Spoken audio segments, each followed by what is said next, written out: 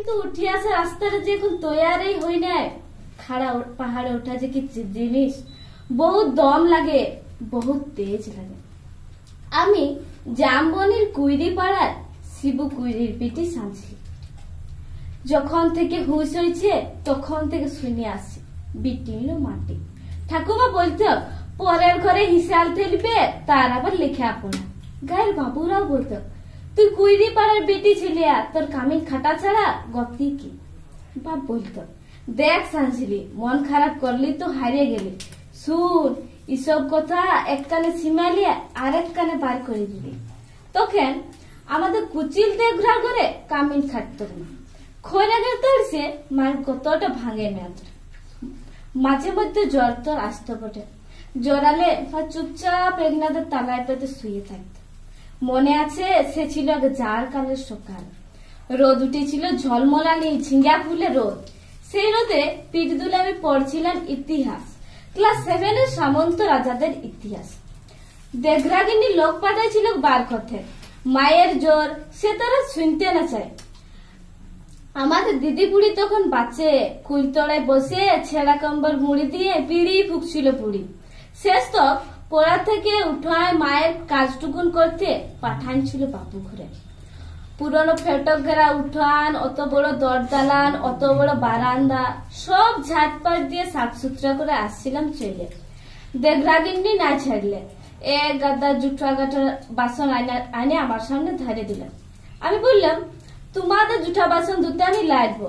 বাবু গিন্নি খেকি রাত, কি বললি আরেকবার বল দেখিনি। যত বড় মুখ লই তত বড় কথা। জানিস তোর মা, তোর মায়ের মা, তার মায়ের মা সবাই আত্মকাল কামিনগিরি করে গুজারে দিল, আর তুই বলছিস আমাদের জুঠা বাসন ধুতে লাগবি।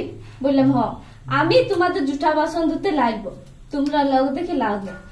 কথাটা বলে গট গট গট গট করে বাবুগিন্নির মুখের সামনে আমি বেড়াই চলে আসছিলাম। তো বাদে সেলিয়ে কি কাণ্ড, কি ঝামেলা। বেলা ডুবলে মাহাতোদের ধান কাটে বাবু ঘরকে আলে। দুপাতা লেখাপড়া করা নাতনি ছোট মুখে বড় থুতির কথা সাত কাহন করে পড়েছিল দিদি বুড়ি। মা কোনো রাখা হেলায়। আগুন মাসের সন্ধ্যা বেলায় আইনাতে আগুন জ্বালে হাত পা সারছিল মা। এক মাথা ঝাঁকড়া চুল, ঝাঁকানো বাপের পেটানো পাথরের মুখটা ঝলকে উঠেছিল আগুনের আছে। বাপের অমন চেহারা আমি কোনোদিন দেখি নাই। বাপ সেদিন মা আর দিদি বুড়ির সম্মুখে কাজকে ডাকিয়ে মাথায় হাত বুলায় গমগমা গলায় বলেছিল, যা করেছিস বেশ করেছিস। শুন মা, তুই কিন্তু কামিন হওয়ার লাগে জানবাস নাই। যত বড় লাট সাহেবে হোক না কেন, কারো কাছে মাথা নয়, নিজের তেজটুকু বেঁকিবিস নাই। এই তেজটুকু লাগে তোকে মাথা লেখাপড়া শিখাচ্ছি, না হলে আমাদের পাড়া হাভাতার মানুষের ঘরে আর আছে এটা কি। কবেকার সেই ক্লাস 7 এর কথা ভাবতে যায় কাগজওয়ালা টিফিওয়ালাদের সামনে। এখন কি যে বলি।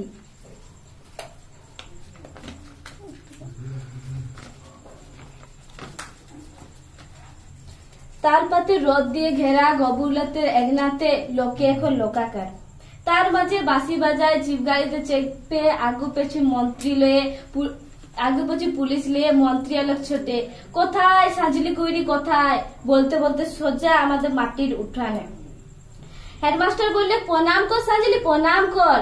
মন্ত্রী তখন পিঠ চাপড়ালেন, তুমি কামিন খাটে মাধ্যমিকে প্রথম, তাই তোমাকে দেখতে এলাম।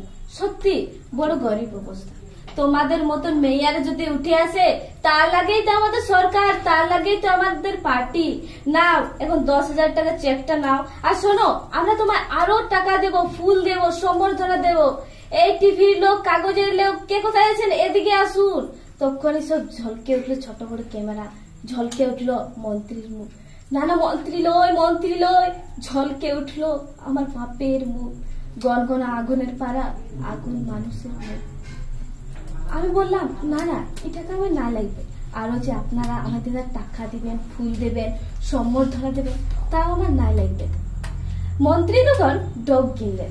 গায়ে সে দেঘরাগিনীর বড় বেটা, সে এখন পার্টির বড় নেতা। বীর ছেলে এসে বললেন, কি হয়েছে রে সাঞ্জলি, তুই তো আমাদের ঘরে কামিয়ে ছিলি, তোর কি লাগবে, তোর লাগে আমরা কি করতে পারি সেটা খুলে বল। বললাম আমার পাড়া সয়ে সয়ে আরো অনেক সাঞ্জলি করি আছে, আরো অনেক শিবুপুরীর বেটি আছে গা গ্রামে, তারা যতদিন অন্ধকারে পড়ে থাকবে, তারা যতদিন লেখাপড়ার লাগে কাঁদে বলবে, ততদিন কোনো বাবুর দয়া আমার না লাগবে। শুনছেন আপনারা? ততদিন কোনো বাবুর দয়া আমার না লাগে।